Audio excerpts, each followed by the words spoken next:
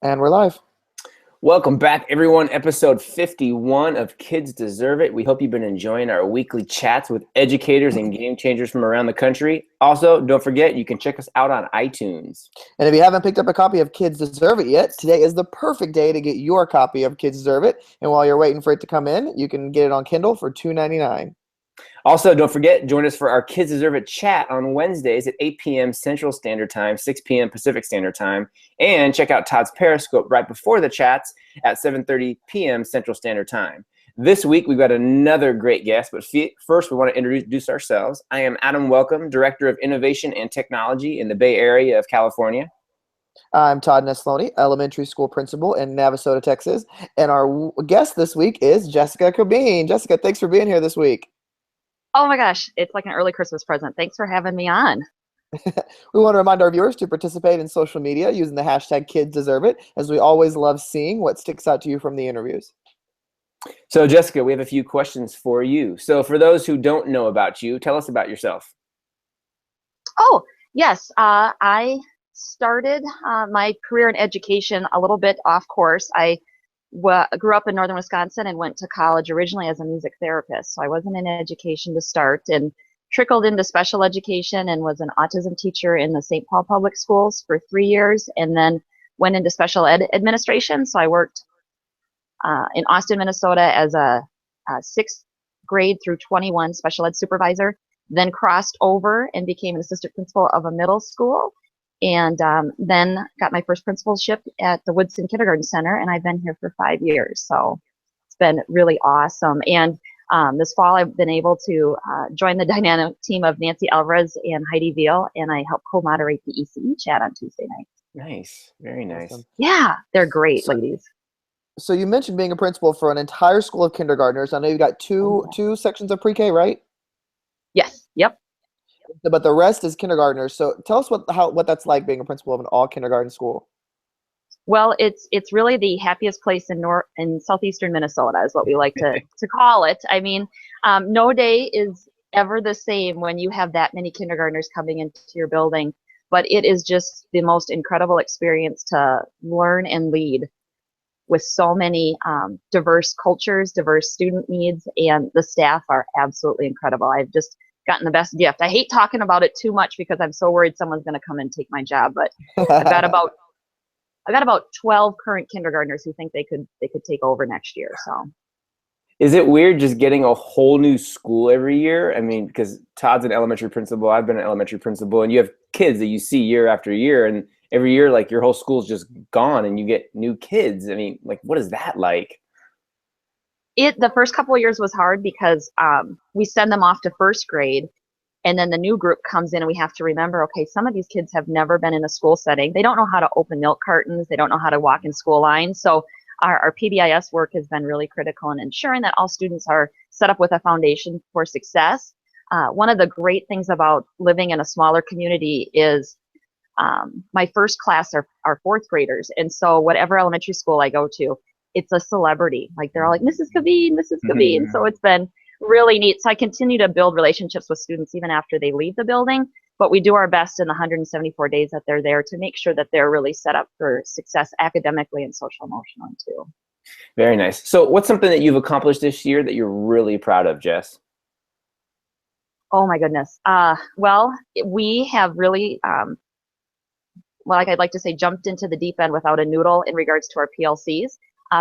If you've ever done the PLC process, working with collaborative in groups, either grade level or vertical, you usually have, maybe 5, 6, maybe up to 7 sections of one grade level, working with 15 to 16 sections of kindergarten to establish essential outcomes in reading and math, and then going ahead and doing our norms and setting expectations that we're all in for all kids has been incredible. But I have the honor of working with the most amazing staff that are just completely driven to ensure that our kids are successful and see them as independent citizens as they grow up. So that's been amazing. Nice. That's awesome. So what would you say is probably the hardest part about being in education? Oh, the balance. I think you really could spend all day, every day, morning, noon, and night, working for your kids. You're constantly looking for things to meet the needs of students, to support other staff. And you have to just really be intentional about what we're doing. And we have such a great team of teachers and community people that really help us hone in on our vision to ensure that we're not taking on a lot of things, but really focusing in on the work that we're doing. So what was school like growing up for you, Jessica? Can you talk about that for a little bit? Oh, wow. It was pretty different than what my children are going to school with.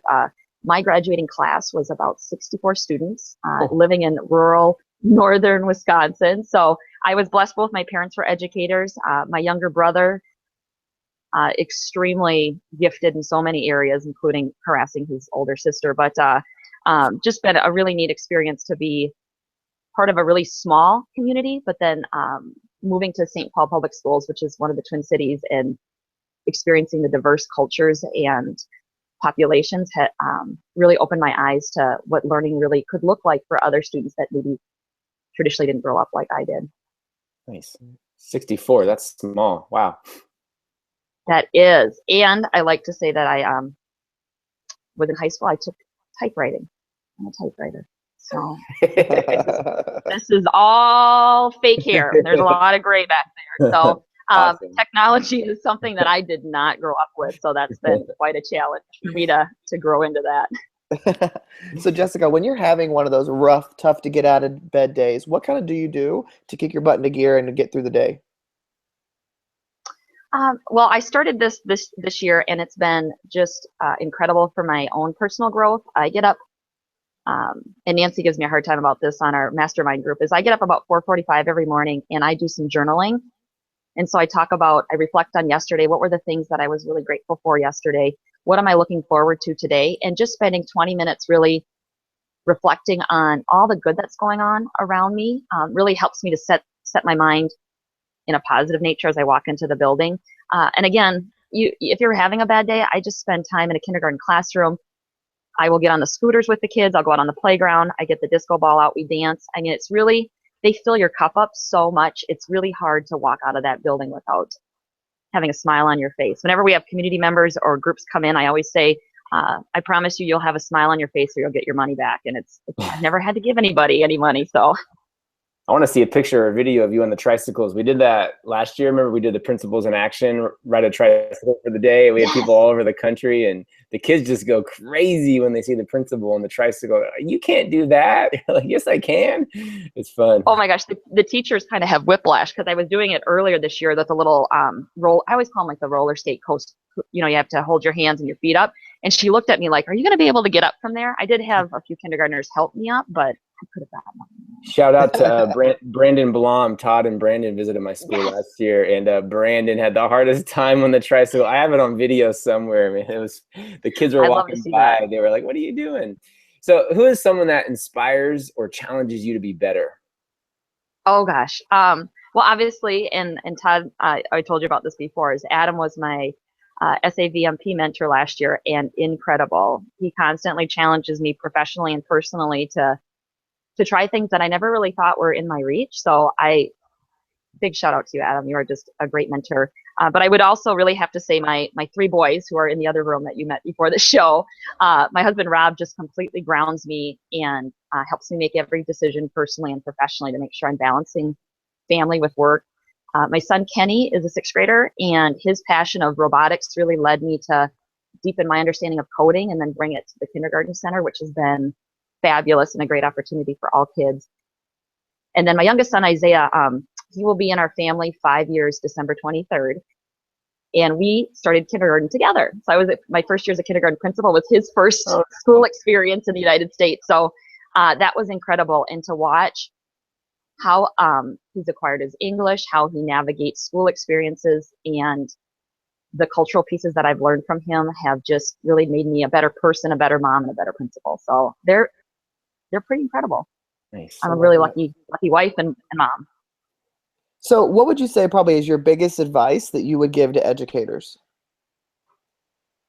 Oh gosh. Slow down, especially leaders. I'm a recovering middle school assistant principal. I always like to say when I work with elementary principals, And I am just so grateful that I had a dedicated team of teachers and paraprofessionals that let me make a lot of mistakes my first year, and really listen before I lead.